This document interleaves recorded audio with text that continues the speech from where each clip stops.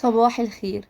النهارده هنعمل مع بعض الفول المدمس في البيت بطريقه سهله وبسيطه خالص. هقولك على نوع فول حلو قوي انا اشتغلت بيه، وكمان سعره كان بسيط خالص مقارنه يعني بالسعر الفول اللي احنا بنجيبه، الفول السايب او اي نوع. الفول اللي انا جايباه ده سعره حلو قوي، وهقولك على المكان كمان اللي انا جايباه منه.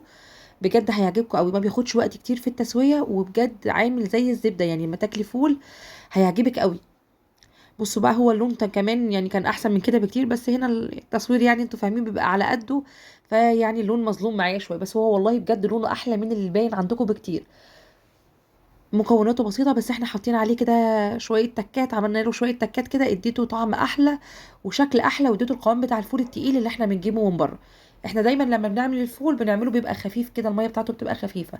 فلما تجربوه بالطريقه دي زي ما انتوا شايفين كده شكله. وكمان انا هنا ما عنديش دماسه بصراحه، فاشتغلت في الحله، يعني اللي ما عندوش دماسه ما يوقفش نفسه ان انا ما عنديش الدماسه فمش هعرف اعمل فول. انا اشتغلت في حله عادي خالص. طبعا لو موجود دماسه اكيد هتبقى احلى. بصوا الجمال بقى بتاع الفول. الفول بقى غالي قوي بره، فالمطعم يعني لما بيديكي شويه صغيرين قد كده بيبقوا غاليين، فانت لا اعملي كده في البيت. انا شغاله هنا بكيلو الا ربع. يعني عايزه اقول لكم، انتوا شفتوا معايا اول الفيديو كان الحله قد ايه، يعني مليانه بسم الله ما شاء الله. هعبيه بقى في اكياس وبشيله في الفريزر بعد كده. بصوا عامل ازاي، احلى وانضف ومضمون كمان، ما فيهوش اي حاجه اي مكونات مش صحيه، لا انت عاملاه في البيت وضمناه اكيد 100% ان انت مش حاطه اي حاجه مش كويسه. حلو طبعا في الفطار مع الفلافل بقى كده وشويه الخضره دول. هو ده الفطار، يعني فطار المصريين اكيد يعني. يلا بينا نسمي بسم الله ونشوف هنعمل الفول بتاعنا ازاي، واقول لكم على النوع اللي انا استخدمته. انا جبت الفول من الصبح كده لبالليل، يعني من ساعه ما صحيت كده حطيت الفول كده في ميه عاديه خالص، وهشتغل بيه بالليل. الفول ده حلو قوي، موجود في فتح الله وسعره رخيص خالص، يعني ارخص بكتير من زي ما قلت لك من الفول اللي انت بتجيبيه العادي. هو عليه عرض تقريبا كده، فبجد حلو قوي، يعني متقلقيش ان سعره مش غالي. لا جربيه بجد تحفه. عملت ايه بقى، صفيت من عليه الميه كده وغسلته كويس قوي، وبعدين هنروح على النار. حاطه بقى حله كده فيها ميه سخنه. يا ريت كمان تسيبيها تكون بتغلي، بس انا عشان كنت بصراحه الوقت اتاخر قوي فاشتغلت كده، بس هي كانت الميه سخنه يعني. صفي بقى الفول كده من الميه وانزلي بيها في الميه السخنه اللي انت مجهزاها. طبعا لو موجود عندك الفواله هتبقى النتيجه زي ما قلت لك احسن. تمام. نزلنا بقى بكل كميه الفول معانا كده. حابه بقى تحطي اي اضافات براحتك، حابه تحطي بقى غله اللي هي البليله، حابه تحطي عدس اصفر، ممكن تحطي توم، ممكن تحطي فول مدشوش، ممكن تحطي كل دول مع بعض زي ما تحبي خالص، بس في ناس ما بتحبش اي اضافات على الفول. فانا عملت الفول بالطريقه الحلوه دي. هنا خلاص كان ابتدى يغلي معايا كده. هنعمل ايه بقى، خلاص مش هنعمل اي حاجه تانية. انا بقول لكم هنا بقى ان احنا هنغطي عليه ونسيبه لتاني يوم على نار اقل من الهاديه كمان. تمام. الخلطه بقى اللي هنعملها اللي تخلي قوام الفول بتاعنا حلو قوي، الخلطه اللي احنا بنعملها دي. حطيت هنا معايا معلقتين كبار مليانين كده او 3 معالق من الدقيق، عليهم معلقه من الكركم. الكركم بيدي طعم حلو قوي وبيدي لون حلو قوي. لو عجبك اللون كده زي ما انا عملته خلاص كفايه معلقه من الكركم. عايزه تصفريه اكتر حطي كمان معلقه صغيره من الكركم. يعني عايزه الفول يبقى اصفر معاكي كده زودي حطي معلقتين ولا حاجه، ما بيعملش اي حاجه، وبالعكس كمان بيدي طعم حلو قوي للفول.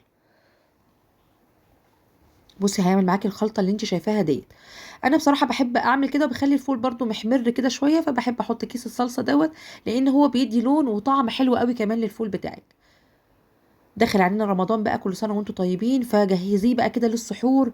وعبيه في اكياس كميه كده مثلا اسبوع ولا حاجه، وعبيه في اكياس وطلعي بقى كده على السحور هيبقى حلو قوي. ما تشتروش خالص من بره، احلى وانضف من بره بكتير وارخص كمان. بصوا بقى هيعمل معانا الخلطه اللي انتوا شايفينها دي. حابه بقى تزودي الفول الصلصه على الفول، حابه تزودي كركم براحتك خالص. هو طبعا عشان احنا مسويينه في حله فبيبقى اللون زي ما انتوا شايفينه كده غامق شويه، انما لو في الدماسه مش هتلاقي اللون ده خالص. بس هو كان زي الفل زي ما انتوا شايفين كده، انا بوريهولكوا. ما بياخدش بقى زي ما قلت لك كام ساعه على النار الهاديه خالص، وهيبقى مستوي وجاهز معاكي كده. هننزل بقى بالخلطه اللي احنا جهزناها. انا الكميه اللي انا عاملاها دي على كيلو الا ربع من الفول. حابه زي ما قلت لك تزودي اللون الاصفر للفول زودي كركم، حابه تزودي لون الفول يبقى احمر شويه حطي كمان كيس صلصه ولا حاجه، لان احنا كميه الفول بتاعتنا كبيره قوي. قلبي بقى كويس قوي عشان تتاكدي ان الخليط اللي انت عملتيه داب كده في الفول. تمام. بصوا اللون بقى حلو ازاي.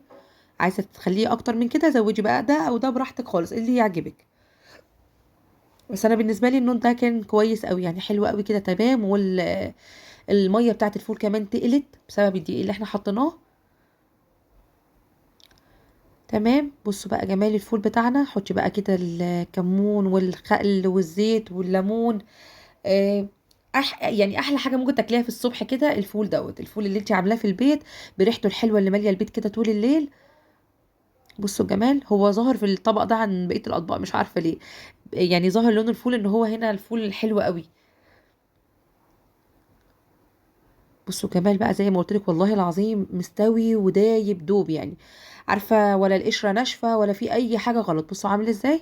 القشره نفسها بتتهري كده. حطي بقى الطحينه كمان لو موجود عندك طحينه الموضوع بقى هيبقى حكايه يعني.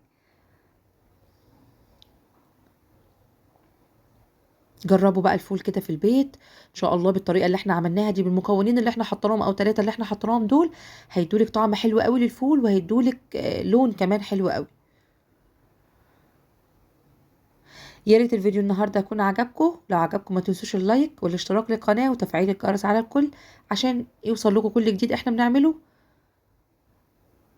ويا ريت الفيديو النهارده يكون عجبكم وبالله عليكم ما تنسوش اللايك. اللايك مهم قوي للفيديو بس انا عارفه ان انتوا بتنسوه يعني. تحفه وسهل وسريع ومش هياخد معاكي اي وقت.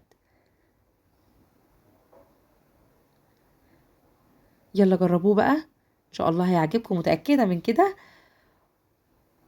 وبس كده شكرا ليكم.